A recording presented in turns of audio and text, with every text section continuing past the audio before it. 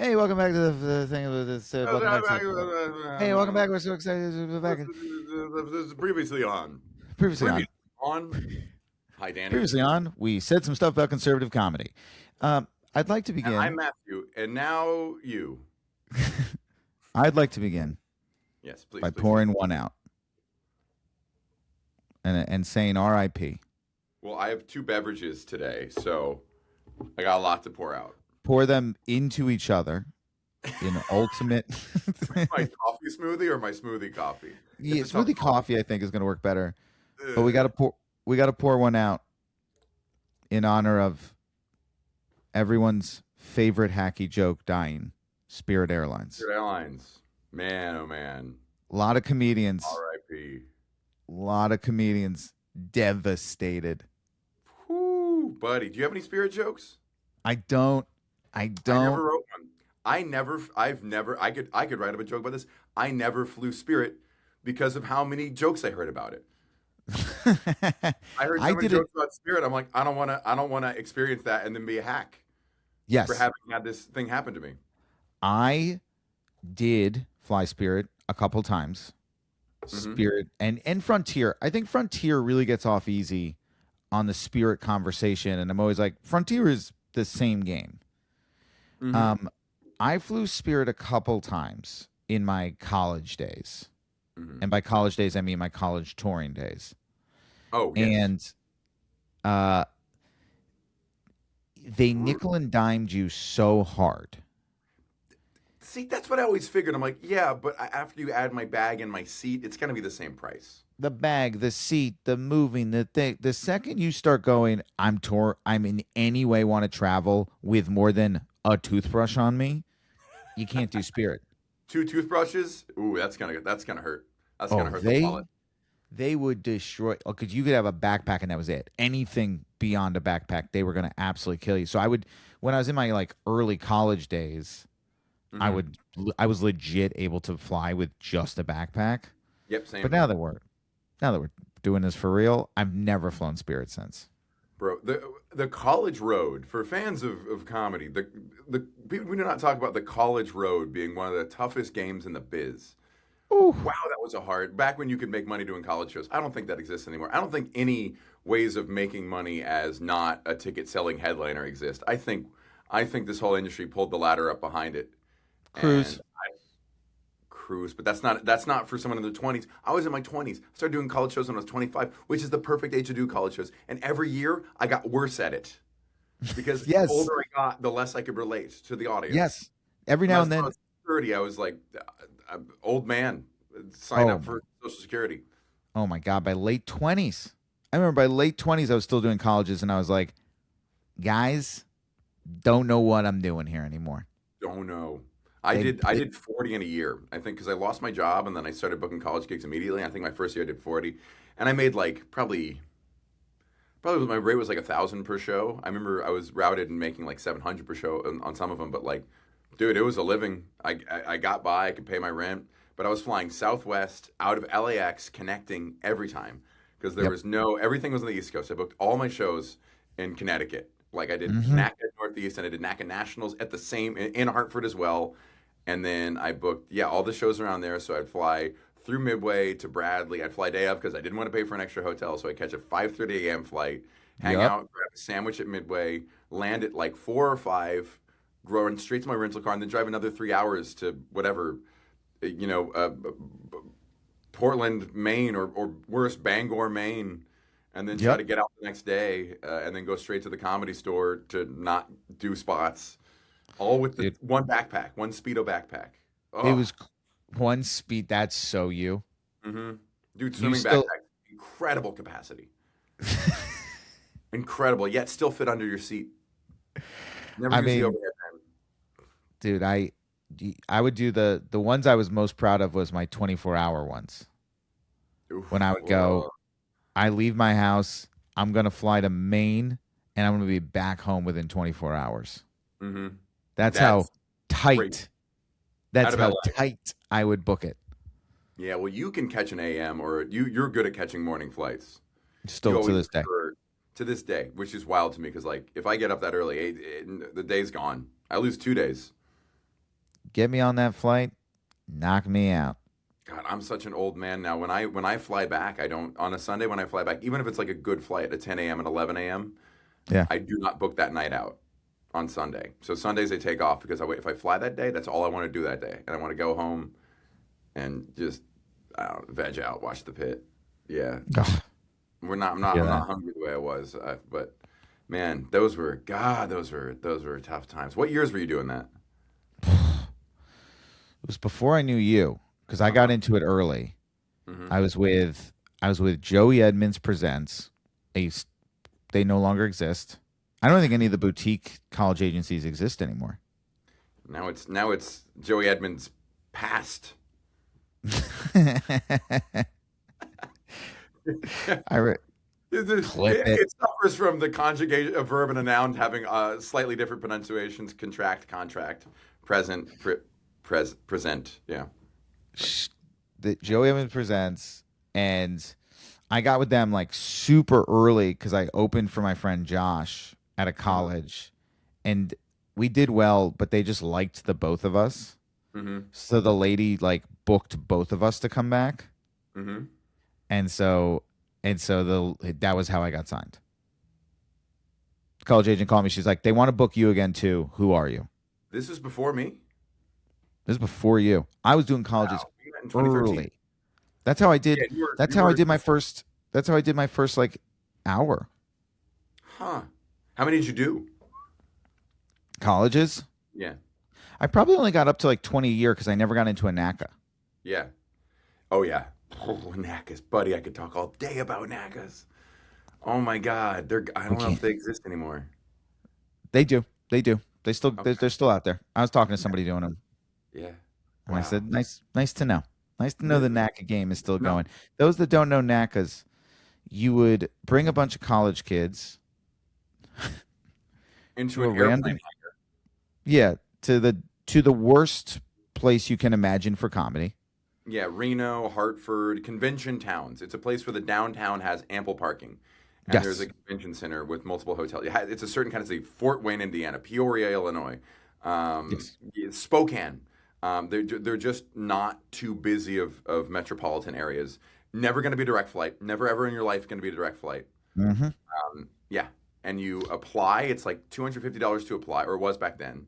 Yep. You're And losing then, money. and then if you get in, you have to pay to submit, or you have to pay for your entrance, like for your pass. So Hmm. that's another like maybe 250, maybe it was 500, and then you have Yep. to fly there and put yourself up. So you're out like 1,000, even $2,000 just Yes. to go up and perform at 10 a.m. after a host who is not a comedian but a beat poet, and then you're followed by a magician or a ventriloquist who's also funnier than you.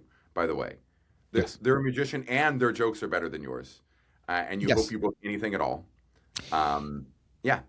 You've invested at the time more money than you can imagine. It's more money than you've invested in your career at any point Hmm. to go to a NACA. And if you don't book gigs, that's just what happened. That happened to me twice. I got goose eggs twice. I never that I always did the upside downside of I never went to one. Hmm. And as a result, I never had the because I knew people who would get into like particularly nationals and they'd be like, "My life is about to change." Hmm. And I'd be like, "Hey, Hmm. you're following a magician. You go after use a ventriloquist. You're gonna wanna hustle Hmm. hard to Hmm. get through this." Hmm. But they were and people would go and they'd be like, they'd come back and they'd be like, nothing. Yeah. Nothing. Because the kid it's you couldn't and you had 5 minutes, right? It was 5 minutes? No, 10 to 15. 10 to 15. I apologize. 15 actually, which is too long for a lot of people. I was gonna say that's actually pretty long. Yeah. NACA Nationals 2014 was what changed my life because I just lost my job like the day I moved to LA. I basically lost my job and didn't know how I I was going to remember. make it happen. And then I booked nationals, and then my flight got canceled. Um, so I had to like take a different route to. I think I had to fly somewhere like 3 hours north, and then drive in overnight and wake up at like for an 8 a.m. sound check, 10 a.m. show, and I just like willed it to go well. Somehow, it just went well, even though it shouldn't have. And I remember rushing over to the booth and seeing a woman hot on my heels wearing a Harvard sweater, thinking, hell yeah, I'm going to perform at Harvard. That's going to be so fun. Harvard girl racing up to my booth. I post up, and then at the last second, she makes a hard right and goes to the Python across the way from me because this girl from Harvard wants to touch a Python. Oh, there was one That's guy, the brightest they are. and you go, I remember my contemporary. I'm like, that's what you want? You want to touch a Python? dude. They used to. I mean, oh, who was the guy? There was some comic, college comedian who used to have Dunkaroos. Dude, whatever. I would play puns and give out a T-shirt with the kids. So I mean, listen, I never did it because I was like, I can't compete. I knew at a certain point pretty quickly, I was like, I'm never going to be able to do the hustle for college hard enough. And this began my struggle of not willing to play the game I should be playing. hmm Was early I discovered I don't have the college hustle in me. I have the I'll show up and do a great job. I don't got the let me sit at a booth and chat with you for 20 minutes and win when you over. I when it's don't your only got it. source of income, you learn how to do it. But I it should have. was such a sales job outside of just the performance. But man, it was not set up for comedy to go well. No, No, no. the room you could fit multiple, like you could fit the stage and 1,000 people in this room and still have most of the room empty. That was the Yes. rooms in which you do the showcases. Um, Pe- People yeah. would send me pictures and I'd be like, why would you? It is so funny. And this happens a lot with corporates. hmm The amount of times you walk into a room and you go, and they go, what do you think? And in your mind, you go, if I were to design a room to fail in at comedy, you've done it. hmm hmm You've somehow managed to make Like the worst nailed environment. it down to You details nailed I it. would have never even thought of. Yep. Oh yeah. Oh, let's have a eternity between you and the crowd for some reason. Yes, So much dead space between us. Let's make us as separate as possible. I told you the last college show I really ever did was they put me on a stage in the middle of a basketball court, right there in the middle in an arena, and then they put like 40 chairs on the court, far from the stage, and then they sat the arena. So there was half a basketball court between me and when the audience started filling in, they didn't push them to the court. Who would sit on the court? You're basically everyone can see you. And Yeah. I was trying to quit nicotine that weekend, and like they started the sound check late, which I was already annoyed about. They couldn't tell me who could do the projection and the audio, and I kept being like, "Well, who do I talk to?" They're like, "I don't know." I'm like, "Fucking figure it out." Like we have 20 minutes till showtime, and then they start seating. I'm like, I can't be here doing sound check and all this stuff while they're seating. I need to disappear and then magically show up. And they said I was hard to work with, is what they said. And to be fair, they were the God. That was an awful show. Well, I think it's Drew University. No, no, I'm sorry. Drew's in Maine. No, this was Bradley. Similar white guy name, Drew and Bradley. yeah, I was gonna say it's a white guy college, white guy Yeah, name. white, and Yeah, then, but just it was a half a basketball court between me and the audience. it's How am I supposed to do crowd work? How am I supposed to like?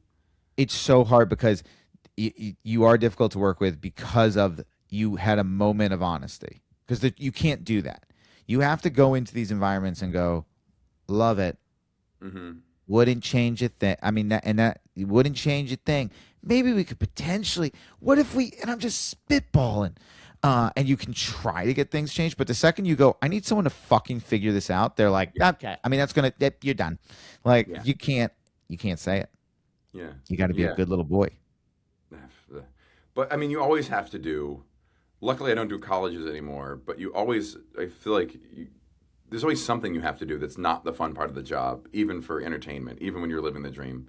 I mean, Chappelle did Riyadh, so like, like Seinfeld still does corporates. Like there's even at the highest levels because Segway, I did a corporate gig recently.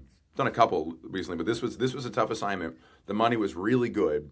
I had to roast 9 people graduating from a like entrepreneurial organization where all the members are like entrepreneurs with successful business ventures, and these people were like graduating from it because of their age. And I had 9 of them to roast, and the, you coached me through this. I was like freaking out because you have to write jokes about 9 people you've never met in front of a group of people that knows them. And they said 5 to 10 minutes of comedy, 30 to 40 minutes of roast. And I was like, okay, well, that's going to be 20 and 20 at best. Yeah. Yeah. Yeah. And even Yeah, we talked about this because you told me those initial numbers, and I was like, boy. Well, for reference sake, I just want people to understand this. Nikki Glazer does 10 minutes on the best known celebrities in the world. With a team. Staff Yeah. of salaried, health insurance geniuses. And they work on it for like 2 or 3 months running it. Versus me and Tyler Morrison, the guy I hired to write, who did a fucking fantastic job. We got to spend maybe 5 to 10 hours together writing and like beating our heads against the table over a PDF with scant notes of unhelpful details about these individuals and whatever pictures we could pull up on LinkedIn. So it's just such a tall order. And I would freak out. It's like I told myself, don't think about it. Work on it the week of, and don't let yourself stress about it. Don't let it hang over you. I'm really bad about that. When I have something to do, everything sucks.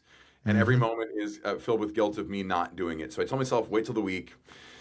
I did an okay job of that. But the week of, I started getting really stressed. And I took the flight there, I tried to work on the flight. I ended up getting a lot of the work done day of. And outdoors, not really much of an intro. They were very nice. And dude, it went so well. I really did well. I normally go to like, it was fun. The crowd was good. I did well at this. And I wish I had written more jokes and they were just fun people. But what an experience. Isn't that the, if you were to tell, it's like so funny. It's like the room can suck. All these things can happen. Mm-hmm. But I always tell everyone, I'm like, if the crowd is good, anything will work. Mm-hmm. Like that's like the sad comedy truth also is like, we can complain about the room. I can complain about the mic. I can complain about all these things that are real and frustrating. The crowd size. If you got 10 people in a cave who are pumped to be there, it'll go fine. Yeah. You, the people, have the power to make this show good. So always. Just tell the audience, you can make this the best night of your lives. It's not on me. It's on you. 100%. I'm not the variable here. Yes, it is. It is so much more on you than me at this point. Yes, at this point. At this point. I mean, how many college shows would you do that were good? I was 50-50. I still stand by.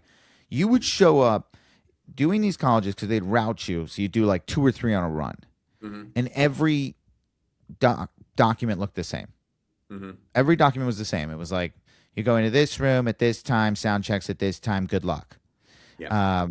Here's a cell phone of a child who doesn't give a shit. Good luck. We're rooting for you. Hope, wish you the best.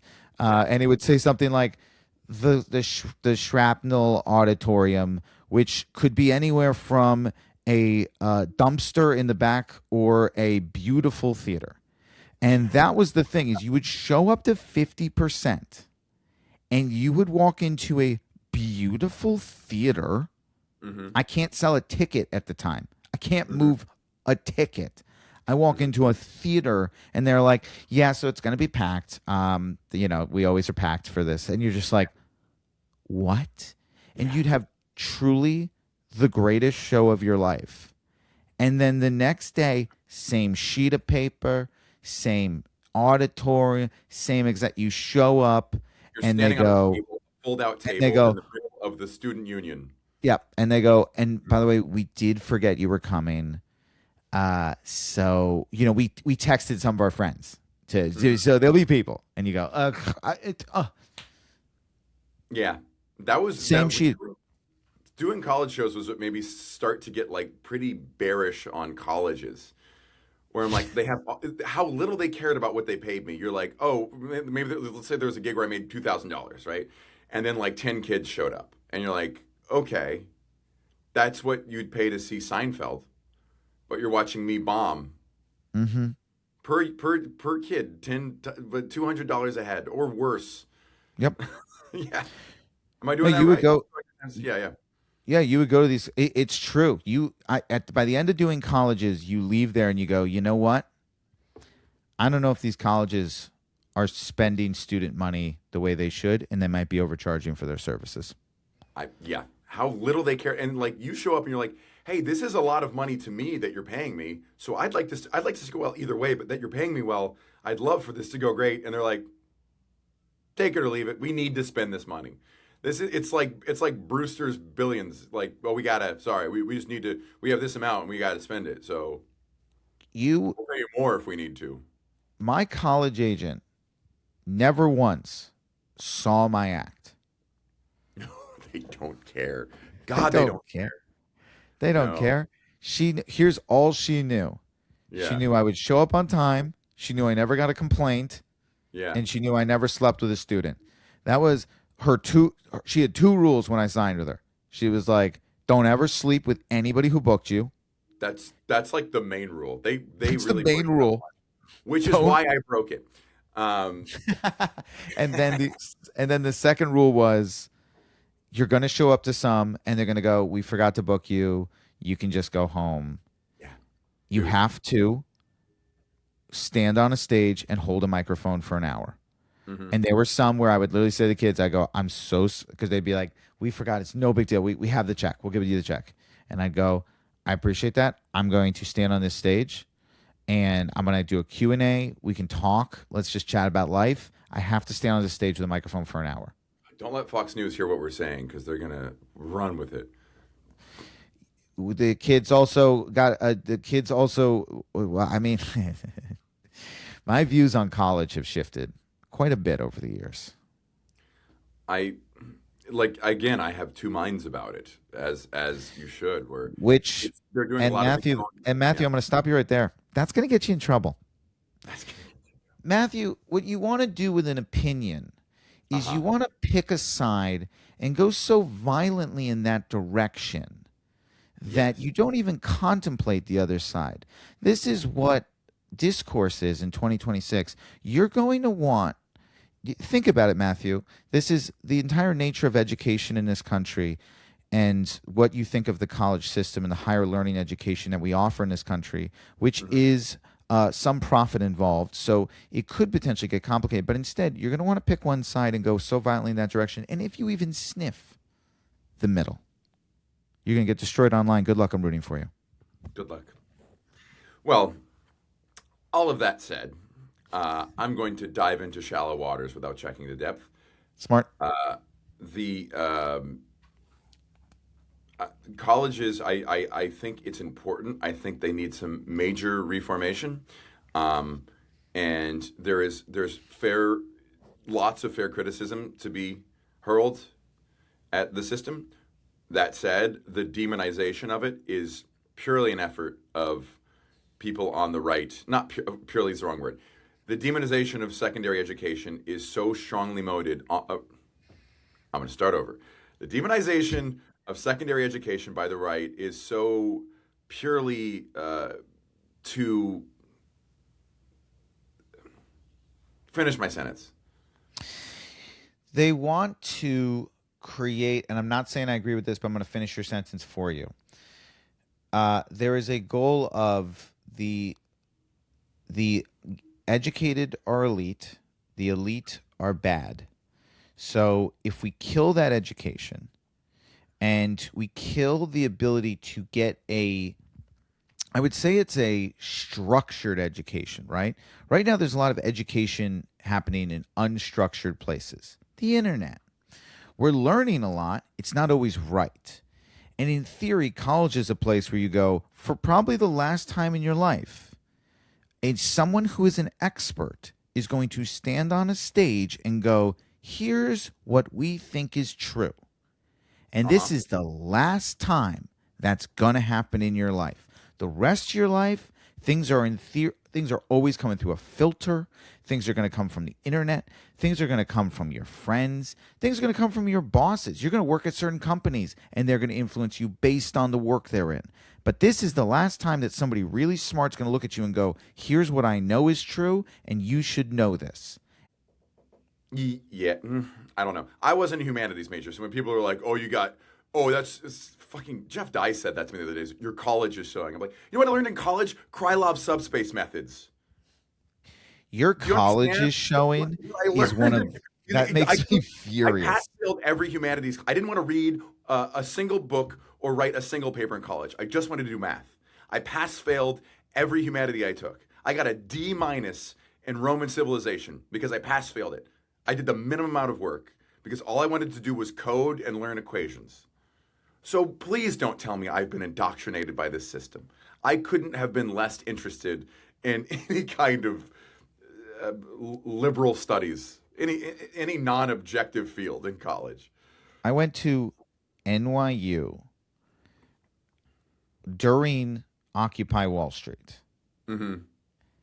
I couldn't have left there.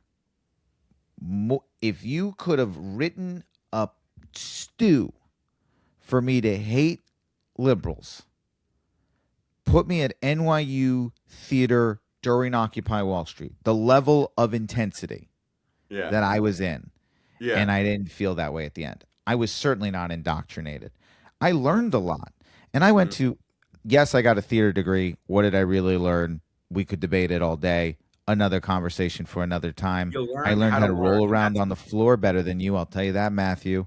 Nobody knows how to roll on a floor better than you, boy. However, I did also get a political science major. Yes. And the one thing I do think that has been very beneficial to my life. And I do think just the ability I have to break down a study, I stand by as one of the ways I stay out of trouble. And I'm very good at understanding I think better than most understand what's going on, is because I have this above education that lets me go. I can click on a study, read it, and start to see where it would fall apart. Sure. That's huge. That is a great. Well, political science is such a good little fulcrum between opinions and facts. Like you watch the two get muddled and learn how to unsnarl them. If I would say, back to the overall issue with colleges, I would say this. I would say if I were president, I would do this with a bunch of different industries. I feel like I would do health insurance, colleges, these industries that are in theory good that have kind of lost their way. I would put every single dean, I'd put 50 deans in a room. Mm-hmm. I would do this with health insurance. This would be my platform for president. I'd do this with health insurance. I would do this with the airlines. I would do this with a bunch of industries that I think are like fully lost their way, right? It just becomes we're just out of control. And I just put them in a room and I go, hey, got to figure this out. We have ways to fix your industry, but they're not good. They're not. Well, they're going to be violent. It's going to be violent if at some point that the government were to go, you can't charge more than $30,000 a year to go to a college. Just can't. That's going to be violent for a lot of colleges. It's too violent. Mm-hmm. So I think you sit in a room, you go, sit in a room, you have a week, give us your proposal that allows your business to continue and doesn't continue where we're at. What you tell us how to fix. Same with health insurance. You tell us how to fix it. Because every time we propose, I put every billionaire in a room. Mm-hmm. I go, tell me how to fix wealth inequality. Don't say we get more money. Figure it out. The people are protesting. I mean, just such a good rant. Lost by dogs. I love it. So you're saying give them the option of... Finish it. Finish it for me. You're saying give them the option, I don't know, give them an option of how to basically give them their own sword to fall on? I don't know. Yeah. Well, because here's the thing. We're going to have to stab them a little, right? Yeah.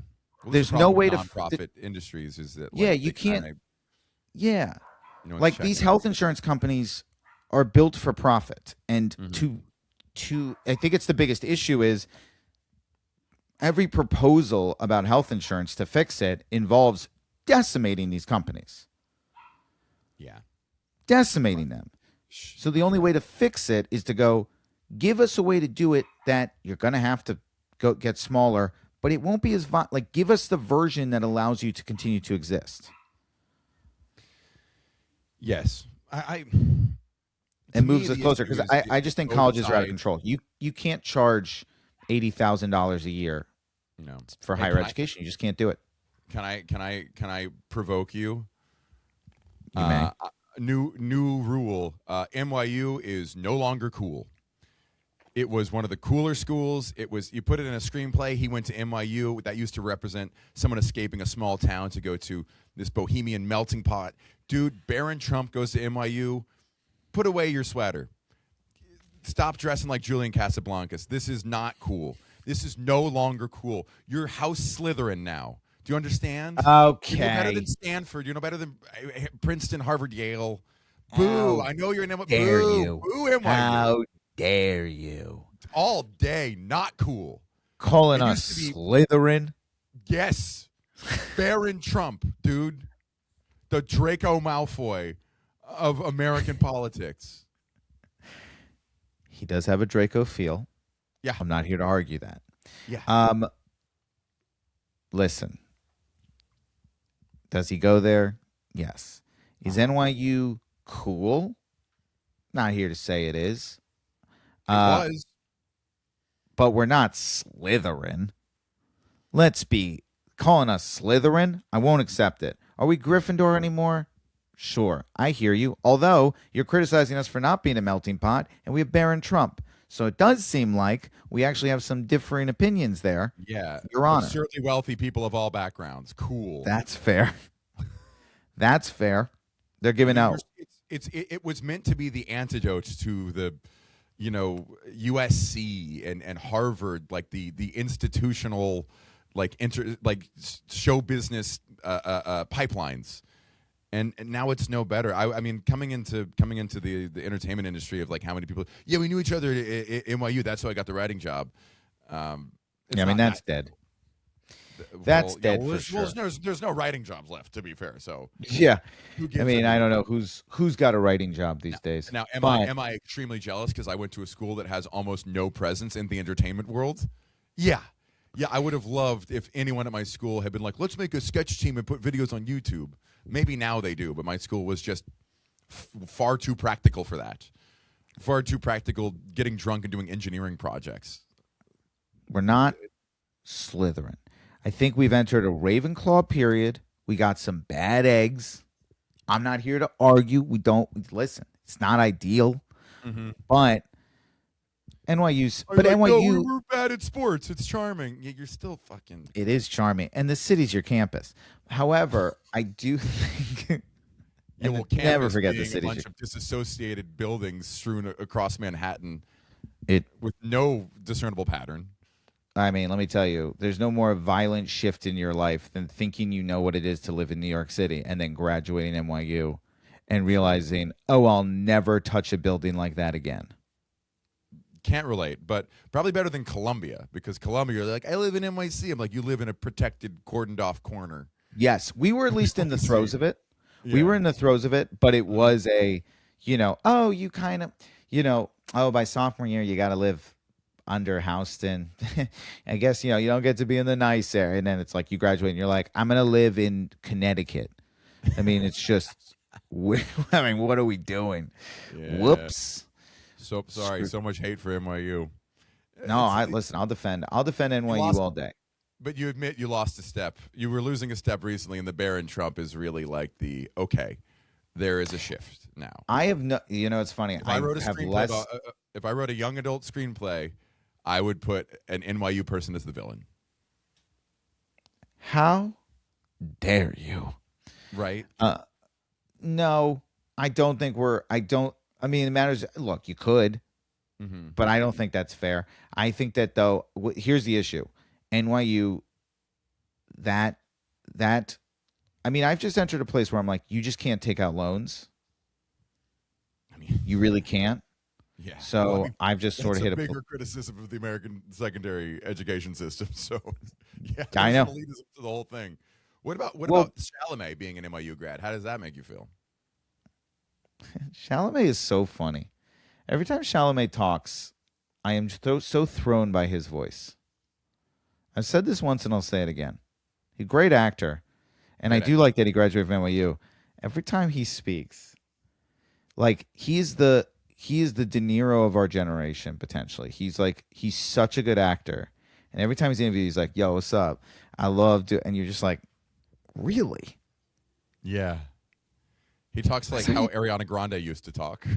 Yeah. And then he's like this brilliant actor. He's so good. He's incredible. And then he's like, yeah, when I entered that character, I really thought to myself, like, how am I gonna get there, you know? And I'm like, what? That's crazy. But that's how the whole generation talks. That is how young white men talk now, which is just still like makes my ears go, wait, what? No one beat you up for It's talking not about like that? actors though. Actors, you train and you kill all those like, you kill all your like affectations. Yes. And he's so good at killing it. Well, But when he's just like when he lets it, because he'll do actually interviews where he's very like, but every now and then, like if he gets excited and he like dips into the Chalamet actual voice, dude, too bad we never saw like a James Lipton Chalamet moment, because that'd be so funny to hear the dissonance between those inside two the voice actors. patterns. So When you were Timothy. doing that role, Timothy, keep going. Timothy, what was it like entering that character? Yo, it was crazy, man. Like Yo. I remember thinking it was crazy. Oh No Was it- cap. no. No cap, Timmy. No cap. Dude, we gotta. How do we not have an inside deal? I guess we have podcasts, Yeah. Yeah. but it doesn't dig into the craft. I used to love hearing the craft. We could wrap it up, but I do want to say one thing about that corporate that I thought was, I don't know if I shared this with you, but they gave me notes on each person, and they tried to be helpful. At the end of each section, they said, here's some quick hits, some like joke ideas or some jokes you could try. And I was, I looked over this document until my eyes were bleeding, like just kind of going crazy. Writing jokes about these things is just like a really crazy process of reading the same lines over and over and over again until hopefully something clicks. One line I read a couple times in the process of it, and I finally came back to it, and it said, Ryan is in the pipe business, ... which is ironic because he's the smoothest operator here. And I kept being like, okay, they're just giving me like a framework for a joke. And then I started to look back through all of them, and I realized AI wrote this. This is an AI joke. It has all the intonations and structures of a joke, but doesn't actually connect. I was like, oh, they used AI to give me joke ideas. Yeah. There's a very specific, we've ever asked AI for jokes, which I've never done. It has a very like specific cadence and confidence of a joke. And then you're like, but it's like reading in a dream. You're like, wait, I must be missing something. I have so many times. So I have a couple of times I've been like, do you have anything you want to add with like a thing I'm working on? Every time It's AI. it sends it to me, I'm like, Oh, AI, terrible. it makes me so happy that they cannot do our job. They can do so much. Man, it cannot write jokes. Oh my God. Wait, to end the episode, I don't know if you're allowed to do this. Do you have the document? Do you want to read your 10 best jokes? Matthew, the floor is yours. Okay. Me roasting a bunch of rich guys graduating this organization. What an honor it is to get asked to host this, what I can only assume is a commercial for Cialis. The 9 of you look like a police lineup for an insider trading case. Congratulations. I just heard you guys all got named Entrepreneurs to Follow by Luigi Mangione. name of organization is where ambitious young entrepreneurs can come together and ask themselves the tough questions like, how can we charge customers more, and how can we pay employees less? I forgot. Okay. No, these are so specific to the people. Don't touch any person specific. Just give as many as you can that don't touch a person. Yeah.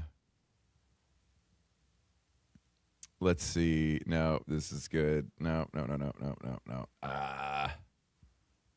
one didn't work. That one didn't work.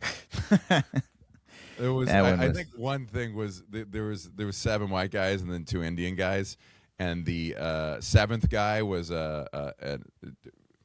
I'm giving away too much, but he did avocado. He did stuff with avocados, and I go, and just like his avocados, the show is about to turn brown. Come on. End it there. What a banger. Good transition. Yeah, That's a great joke. Thank you. Oh, this one was fun. He loves cars. He's known for driving Porsches, Ferraris, and his marriage into the ground. So I did. Yeah, thanks. I worked. They gave me money, so I didn't. I always want to do well. Like, you can put me in front of the worst people in the world. I still want them to laugh. It's a huge character flaw I have of, like, I always want to make people laugh. And make you and me both. Yeah. Doesn't matter how stupid the corporate is. Doesn't matter how dumb. If you hand me a microphone and put me up there, I'm going to try really hard. To the detriment of my own career and my own health. I'm going to sit there and go, how do I make this work? Yep. Dude, you could if I was falsely framed for murder and then being lethally injected, I'd try to make the guy with the needle laugh. So fun. So true. I'd be like, is this going to be sore tomorrow? He died as he lived, getting a huh. Yeah. One thing I would, if I was ever put on death row, I would for sure for my last meal get like a salad with low-fat dressing and a Diet Coke as my last meal. That's so funny. That'd be such a better way to go out. And then not finish it. It's so funny to say a joke as you're about to be lethally injected and potentially have it miss. Hey, that's why we do it. It's the risk. Your last words are, that deserved more. That deserved more. Have I told you what I think what heaven for me would be? No. It'd be a theater full of people with me sitting there watching all the moments of my life where I told a good joke and no one laughed, and the theater just everyone erupting with laughter at how good it was and how hard it missed. That would be my heaven. That's so funny and so relatable to me. Yeah. Yes. Yeah. It'd be like Jim Halpert marathon. Just me looking at the camera going. I wonder I don't know what my heaven would be. Mm-hmm. It heavily involve probably still doing stand-up. It's so hard because stand-up only is successful because it's hard. It only makes you feel good because you know how hard it is. That's life, baby. So it's like you go insane. So it's like a video game where you keep winning. So what's the heaven version of stand-up? You always do well. It would get boring. You have to do badly. I wonder. Something to think about. Something to ponder. Is heaven real? Heaven would just be new joke night and then like 1 out of 3 jokes working. Ugh. That's all I need. 1 out of 3 new jokes working. You'd be like, it's a good night. Come on. It's better than killing. So much better than killing. New jokes hitting. Oh, I mean, I'm on a rush. Yeah. You can it's see like matching me on a dating profile and you see your whole life together. You're like, me and this joke, we're going to have years together. It's going to be a whole chunk. Oh, yeah. This one line, got to laugh this one time, and then it never gets a laugh again. Oh, of course. Oh, I haven't recorded at one point, but I did this one joke, and I've said this to the crowd a couple times. I'll do a new joke, and I'll be like, I swear to God, if I leave here and I start doing this at other shows, and this doesn't get the laugh it just got, I'm going to come back here. Because you all just made me believe in this. Hey. You guys just made me believe in this joke. Again and I will you. And go, why did you laugh that hard? It wasn't funny, it turns out. And they'd be like, well, you sold it. Yeah. Hari Kondabolu called it new joke energy. Which is real. My new special, premiering May 9th at Netflix as a joke, the whole special is new joke energy, which is really cool. Which is The why I would whole argue special Louis is me CK going, yeah. this has to work. And I've only wrote it a couple weeks ago. Yeah. And that it can happen. I think you and I have talked about how what makes Louis C.K. one of maybe the best comedian ever is that he makes every joke have new joke energy every time. One of the best subtle sellers in the game. Yeah. Yeah. And then no further discussion on that man. What else is there to discuss? You What can else is see there to me. say?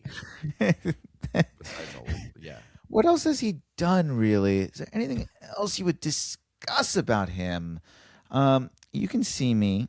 So in LA, May 9th and May 26th, we're doing Netflix as a joke premiere, and we're doing my one-man show, Dan Jolles vs. the Alien, potential name change coming at UCB. If you come to both, I'll give you a free tote bag. That's my promise to the people of LA. You can also see me in Brea, Pittsburgh, Lexington, San Francisco, more, Vegas just got added. More. Okay.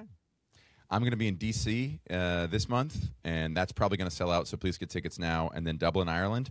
I'm taking the summer off, and I'm coming back hard. 2026, we got Phoenix, New Orleans, Mississippi, Montana, all over Texas, Chicago, Pittsburgh, Carolinas, dude, Portland, Atlanta, Detroit, everything. Fort Lauderdale. It's going to be a very busy year.